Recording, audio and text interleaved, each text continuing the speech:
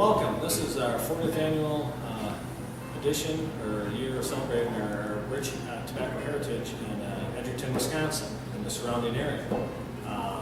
We have a lot of people here today depicting earlier pioneers of Edgerton. I'm Thor Kumlein and my wife. We were botanists back in the late 1800s. My name is Benjamin Edgerton. I come from Milwaukee to lay the railroad through this town.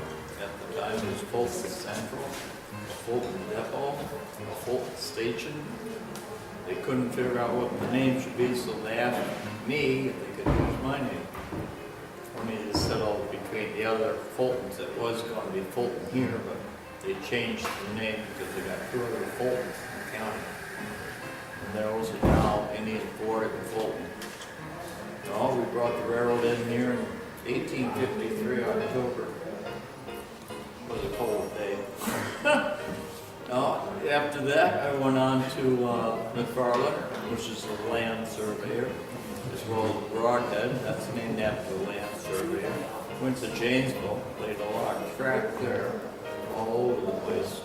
I retired in 1881, got to Milwaukee with my wife and my 3 kids.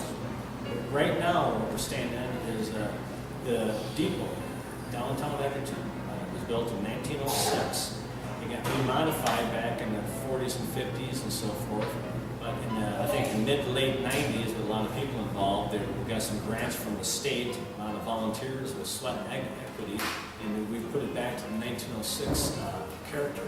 It's a nice event, and every city across the United States seems to have something that marks their heritage, and ours is a lot of agricultural type stuff. And one of them was tobacco.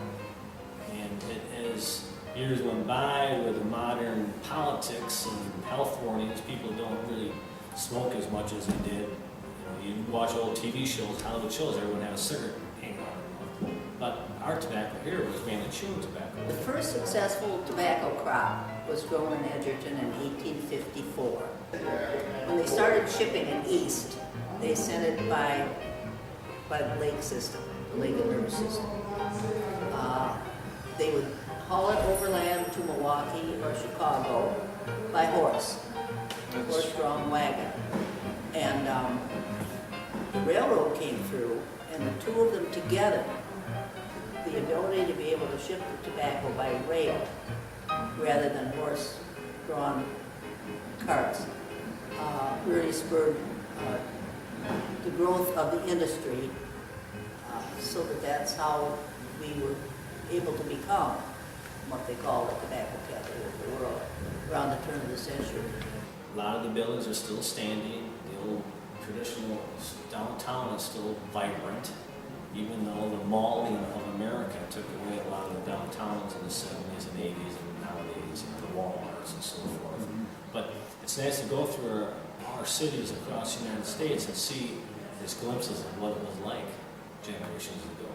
You can blink your eyes and imagine what it was like years ago. This is our chance to show the world, again, every summer, what we have to offer and what our city is about. And it's so important in the United States or any place around the world to always remember your past.